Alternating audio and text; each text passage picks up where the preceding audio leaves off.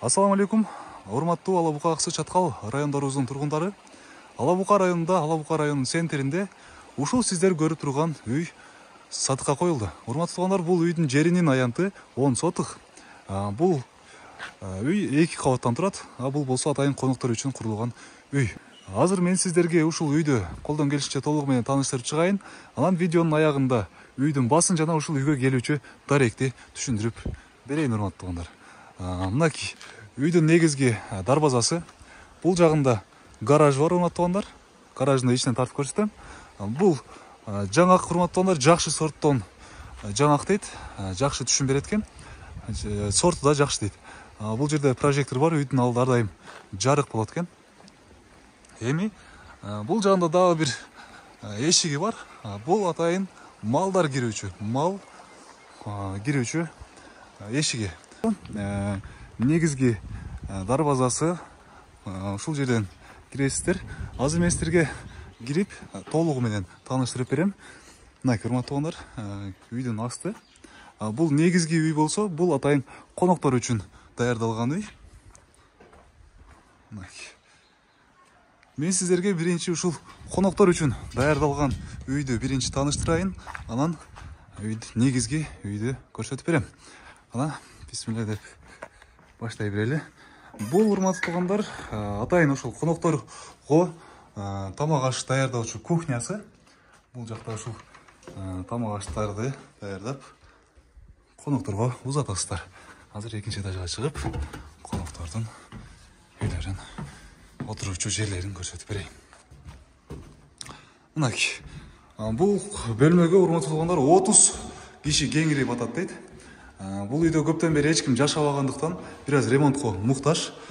Келип өзүңүздөргө ылайыктуу кылып ремонтторун жасап аласыздар. Мынакей, бул жак болсо дагы бир бөлмөсү. Балкон деп койсок да болот.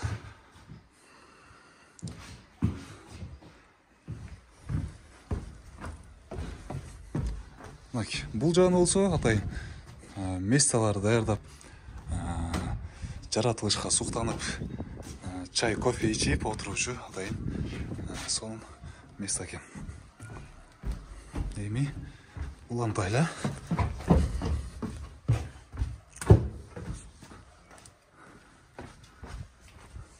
Бул жагы, урматтуу туугандар, майда чүйдө буюнтайым сактап коюучу атайын чакан склад деп койсок болот. Бул жагы болсо гаражы, урматтуу туугандар. Бул жака атайын ямасы дагы бар. Машинаңыздарды оңдоочу атайын яма даяр.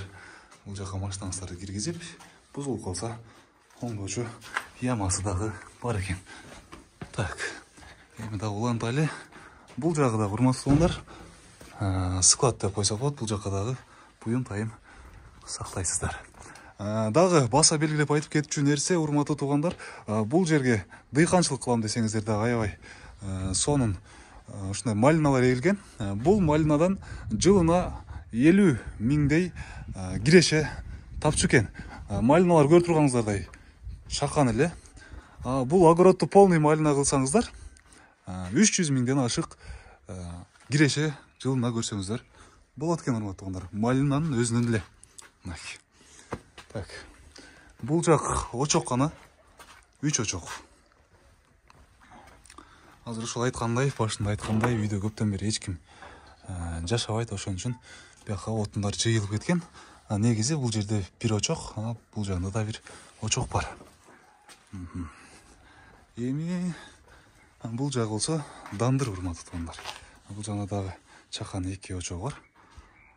Энелерге, жеңелерге чоң, сонун место. Так, бул жакта дагы малина, урматтуу туугандар. Бул жакта малина. Бунун аркы өзүндө да, туалеттин арагында дагы малиналар бар. Ушул малиналардан 50 миң киреше көрсөңүздөр болот экен. Биякта дагы бактардан бадам бар, мынакей. Чоңоюп калган чоң бадам. Жаш көчөттөр да бар, алма бар. Груша да бар. Бул жак туалет, эми бул жакта банясын көрсөтөйм. Урматтуу туугандар, банясы да бар экен. Банясын кирип көрсөтүп берейин.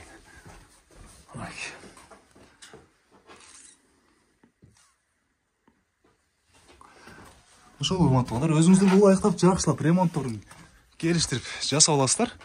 Же болбосо келип ушул бойдон деле жашасаңыздар болот, бирок өзүңүздөргө ылайыктап алганыңыздар дурус. Мына урматтуу туугандар, бул жерде атайын тапчаны да бар. Бул жерге 15 адам, 15-20 адам кеңири батат экен. Үстүндө атайын мына жамгырдан коргоочу крышасы да бар. Умывальник. Так, эми урматтуу туугандар, мен сиздерге негизги 2 кабаттуу үйдү тааныштырып берейин.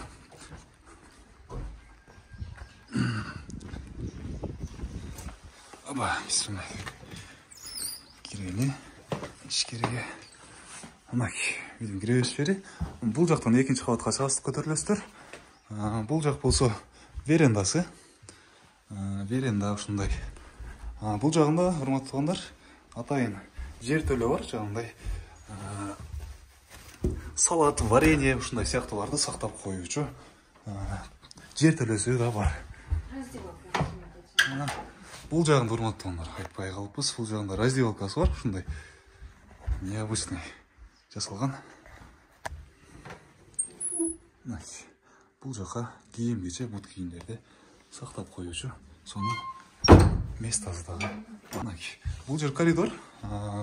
Бул жак спальня, урматтуу туугандар, уктоочу бөлмө.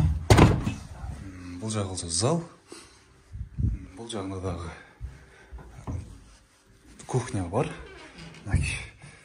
Кухня, бул жакта дагы бир уктоочу бөлмө. 3 спальный, 1 зал, в общем. Эми үстүнө чыгып, үстүн көрсөтүп берели. Эми 2-чи кабатка көтөрүлөлү.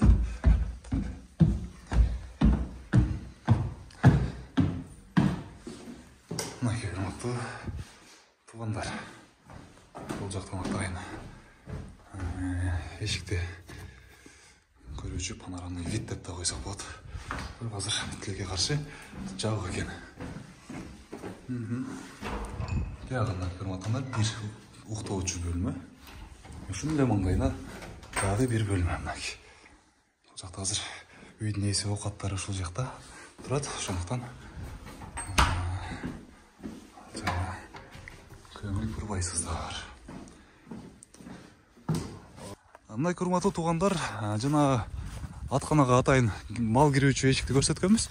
Мынакей мал огородко кирбейт, прямо эле атканага атайын мындай тосмо, сетка тосмолор менен тосуп койгон. Түз эле атканага кирет, огородко кирип мондай көчөттөрдү кажып жеп таштабайт. Эми жер төлөөсүн көрсөтүп коеюн, урматтуу туугандар. Жер төлөөсү атайын мындай текчелер менен жасалыптыр. Бул жака жагындай варенье, ушундай сыяктууларды да койсоңуздар болот, же болбосо буюм тайым эмеректерди дагы коюп койсоңуздар сонун болчудай. Мынакей урматтуу туугандар, үйдү мен сиздерге колдон келишинче тартып көрсөткөнгө аракет кылдым. Дагы баса белгилеп айтып кетчү нерсе, урматтуу туугандар, бул үй толугу менен ушундай бышкан кирпич жана силикат кирпич менен салынган. Бул жагы дагы ошондой, урматтуу туугандар. Бышкан кирпич жана чекелери ушундай силикат кирпичтер менен курулган. Полдору болсо сасна полдор, урматтуу туугандар. Сасна полдор билесиздер, сапаты аябай жакшы болот. Эми мен сиздерге үйдүн баасын айтайын. Бул үйдүн баасы, урматтуу туугандар, 11 миллион сомго бааланды. 11 миллион сом, бирок чыныгы кардарлар үчүн сүйлөшүү жолдору сөзсүз түрдө болот. Биз эсинин номерин экранга белгилеп койдук. Андыктан үй жаккан болсо, ал жака чалып, байланышып, дагы да кеңири маалымат алып, же болбосо үйдү жеринен келип, өзүңүздөр өз көзүңүздөр менен көрүп, дагы ушул жерде балашыңыздар. Эми мен сиздерге үйдүн дарегин түшүндүрүп берейин. Бул жер милиция гана. Бул жакта домашний деген атайын компьютердик магазин бар. Ушул домашний магазиндин эле маңдайкы көчөсү. Ушул көчө менен жүрөсүздөр. Азыр мен сиздерге ошол жактан да тартып көрсөтүп берем. Мына урматтуу туугандар, тетиги жерде милиция гана. Ошол милиция ганадан ушул жол менен примерно 200-250 метрдей жол жүрсөңүздөр, жолдун сол жак бетинде ушундай көпүрө бар, ушул көпүрөдөн өтөсүздөр. Бул жак канал. Бул жактан суу кеңири агып турат. Бул видеонун башында айтпай калыппыз. Бул жакта суу кеңири, урматтуу туугандар. Эми тетиги жерде Матис, ошо Матистен оң жак тарапты көздөй жүрөсүздөр. Жүргөндө эле биз көрсөтүп аткан үй бул жол менен 10-11 катарда жайгашкан, күн чыгыш тарабында.